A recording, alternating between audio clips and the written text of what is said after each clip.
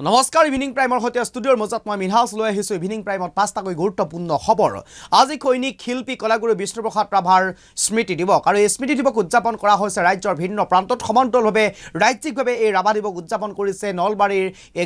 নলবাৰীৰ গৰ্ডন খেলপথাৰত নলবাৰী স্কুলৰ গৰ্ডন খেলপথাৰত ৰাজ্যিকভাৱে উদযাপন কৰা হৈছে এই ৰাভা দিৱস উপস্থিত আছিল মুখ্যমন্ত্ৰী ডক্টৰ হিমন্ত বিশ্ব শৰ্মাকে ভিতৰ কৰি কেইবাগৰাকীও মন্ত্ৰী বিধায়ক এই মুহূৰ্তত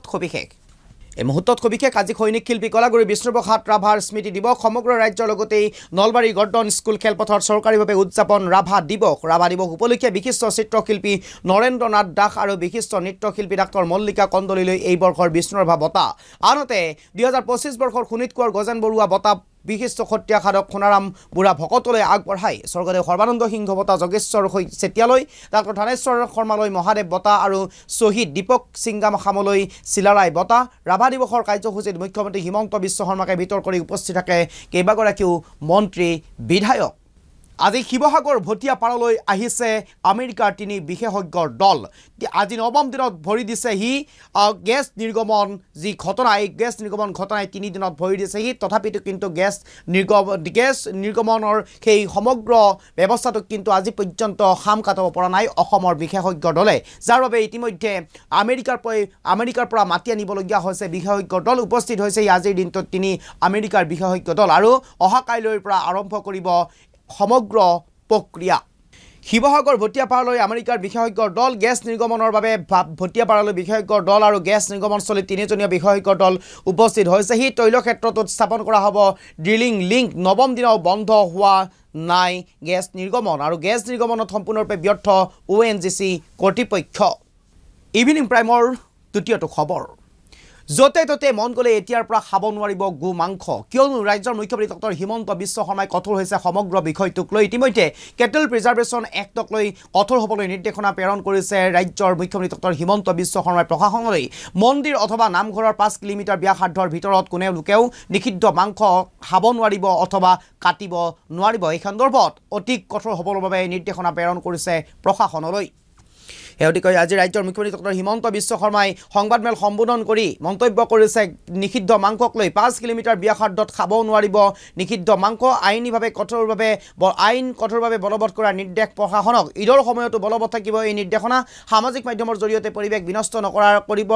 যাতে নোৱাৰে তাৰ প্ৰতি লক্ষ্য ৰাখিব হিমন্ত বিশ্ব শৰ্মাৰ লগতে প্ৰশাসনে আনহাতে 5 কিলোমিটাৰ ব্যাসাৰ্ধৰ ভিতৰত কোনো লোকে কাটিব নোৱাৰিব নিষিদ্ধ মাংস অথবা কোনো লোকে খাব নোৱাৰিব সেই মাংস এই সন্দৰ্ভত মুখ্যমন্ত্ৰী ডক্টৰ হিমন্ত বিশ্ব শৰ্মাই প্ৰশাসনক কঠোৰ হোৱাৰ নিৰ্দেশনা জাৰি কৰিছে 5 কিলোমিটাৰৰ ভিতৰত যদি কোনেও গৰুৰ মাংস নাকাটেও নাখায়ো তেতিয়াহ'লে 5 কিলোমিটাৰ পাৰ কৰি আহি মন্দিৰ বা নামঘৰৰ সন্মুখত এনেকৈ হাড়মূৰ ৰখাটো সম্ভৱো নহ'ব সেইকাৰণে আমাৰ যিটো দফা বিভিন্ন কাৰণত আমি খুব শক্তিশালীভাৱে ৰূপায়ণ কৰা নাছিলোঁ এতিয়া আমি সেই দফাটো শক্তিশালীভাৱে ৰূপায়ণ কৰাৰ বাবে আমি সিদ্ধান্ত লৈছোঁ আৰু মই ভাবোঁ যে এটা গোটেই ব্যৱস্থাটোৰ পাৰ্মানেণ্ট সলিউশ্যন হ'ব পাৰে যে উইদিন 5 কিলোমিটাৰ মানে ধুবুৰী টাউনত কোনেও খাব নোৱাৰে কোনেও কাটিব নোৱাৰে That is the বটদ্ৰবাৰ 5 কিলোমিটাৰত কোনেও খাব নোৱাৰে কাটিব নোৱাৰে আজি লখিমপুৰতো যিটো ঘটনা হৈছে তাৰ জাষ্ট উইদিন 1 কিলোমিটাৰ এই ঘটনাটো ঘটিছে বা হাড়মূৰ আমি বাজেয়াপ্ত কৰিছোঁ যদি তাত খাবই নোৱাৰিলেহেঁতেন কাটিবই নোৱাৰিলেহেঁতেন তেতিয়াহ'লে ঘটনাটো কেতিয়াও নহ'লহেঁতেন সেইকাৰণে এইবাৰ আমি জিলা প্ৰশাসনসমূহক এখন আমি গোটেই SOP এখন বনাই আমি তেওঁলোকলৈকে পঠিয়াম যাতে উইদিন 5 কিলোমিটাৰ ভৱিষ্যতে ঈদ আদিৰ দৰে অনুষ্ঠান হ'লেও যাতে কোনো কুৰবানী হ'ব নোৱাৰে 5 kilometre from A temple 5 kilometre from A namghar 5 kilometre from any religious institution আৰু গভৰ্ণমেণ্টে ইয়াক কঠোৰভাৱে বলবৎ কৰিব যে তুমি কুৰবানী কৰিব লাগে ধৰ্মমতে আন বিভিন্ন জন্তু কৰিব পাৰি সেইটো কৰিবা কিন্তু এই বিশেষ জন্তুটো বা বিশেষ প্ৰাণীটো উইদিন 5 কিলোমিটাৰ ৰেঞ্জত যাতে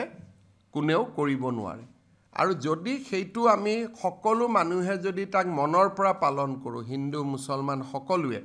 তেতিয়ালে মই ভাবো যে এনেকুৱা ঘটনা ঘটিব নোৱাৰে এটাৰ পিছত আন এটা অভিযোগ উত্থাপন কৰিছে মুখ্যমন্ত্ৰী ডক্টৰ হিমন্ত বিশ্ব শৰ্মাই সাংসদ গৌৰৱ গগৈৰ ওপৰত শেহতীয়াকৈ সাংসদ তথা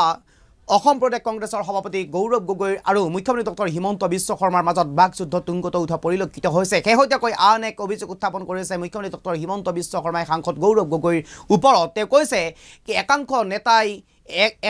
একাংশ নেতাৰ সামাজিক মাধ্যম একাংশ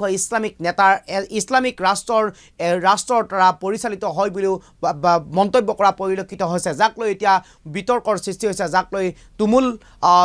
বাকযুদ্ধৰ সৃষ্টি হৈছে দুই নেতাৰ মাজত আৰু ক্ৰমাৎ তীব্ৰ ৰূপ ধাৰণ কৰিছে মুখ্যমন্ত্ৰী হিমন্ত বিশ্ব শৰ্মা আৰু প্ৰদেশ কংগ্ৰেছৰ সভাপতি গৌৰৱ গগৈৰ মাজৰ বাকযুদ্ধ এইবাৰ সংবাদ মেলযোগে মুখ্যমন্ত্ৰীৰ আন এক বিস্ফোৰক অভিযোগ এপিচিচিৰ এজন নেতাৰ সমৰ্থনত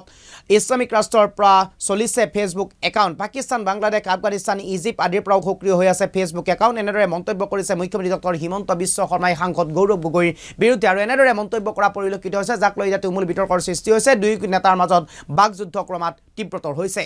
কেনেদৰে পায় হিতাধিকাৰীৰ আঁচনি কেনেদৰে হয় হিতাধিকাৰী আৰু এইবাৰ মন্ত্ৰী এগৰাকী প্ৰভাৱশালী মন্ত্ৰীৰ পত্নীৰ নামত হিতাধিকাৰী আঁচনিৰ ধন হিতাধিকাৰী আঁচনিৰ ধন সোমাইছে এগৰাকী প্ৰভাৱশালী মন্ত্ৰীৰ পত্নীৰ নামত যাক লৈ এতিয়া চৰ্চা চলিছে যাক লৈ তুমুল বিতৰ্কৰ সৃষ্টি হোৱা পৰিলক্ষিত হৈছে হিতাধিকাৰী তালিকাত প্ৰভাৱশালী মন্ত্ৰীৰ পত্নীৰ নাম চৰকাৰী আঁচনিত অন্তৰ্ভুক্ত জয়ন্ত মল্ল বৰুৱাৰ পত্নীৰ নাম দুগ্ধ পাম স্থাপনৰ বাবে চৰকাৰী আঁচনিত জুলি ডেকা বৰুৱাৰ নাম 50 লাখ টকাৰ ৰাজ সাহায্য লাভ কৰিব মন্ত্ৰী পত্নীয়ে উপযুক্ত দুগ্ধ পালকক বঞ্চিত কৰা বুলি খৰব চৰ্চা আৰু দুগ্ধ পালকৰ বাবে পালনৰ বাবে ইতিমধ্যে হিতাধিকাৰীৰ আঁচনিত নাম সোমাইছে জয়ন্ত মল্ল বৰুৱাৰ পত্নী জুলি বৰুৱাৰ আৰু ইতিমধ্যে এই অভিযোগ উত্থাপন হৈছে আৰু এই সমগ্ৰ সন্দৰ্ভত এই বিষয়টো সন্দৰ্ভত ইতিমধ্যে সংবাদ মাধ্যমত বাতৰি পৰিৱেশন হৈছে তুমুল চৰ্চা চলিছে তুমুল বিতৰ্ক হোৱা পৰিলক্ষিত হৈছে প্ৰভাৱশালী মন্ত্ৰীৰ পত্নীৰ নাম সোমাইছে হিতাধিকাৰীৰ আঁচনিত যাক লৈ এতিয়া বিতৰ্কৰ সৃষ্টি হৈছে সামাজিক মাধ্যমত আৰু লগে লগে মই মিনহাজে বিদায় মাগিছোঁ ইভিনিং প্ৰাইমৰ পৰা।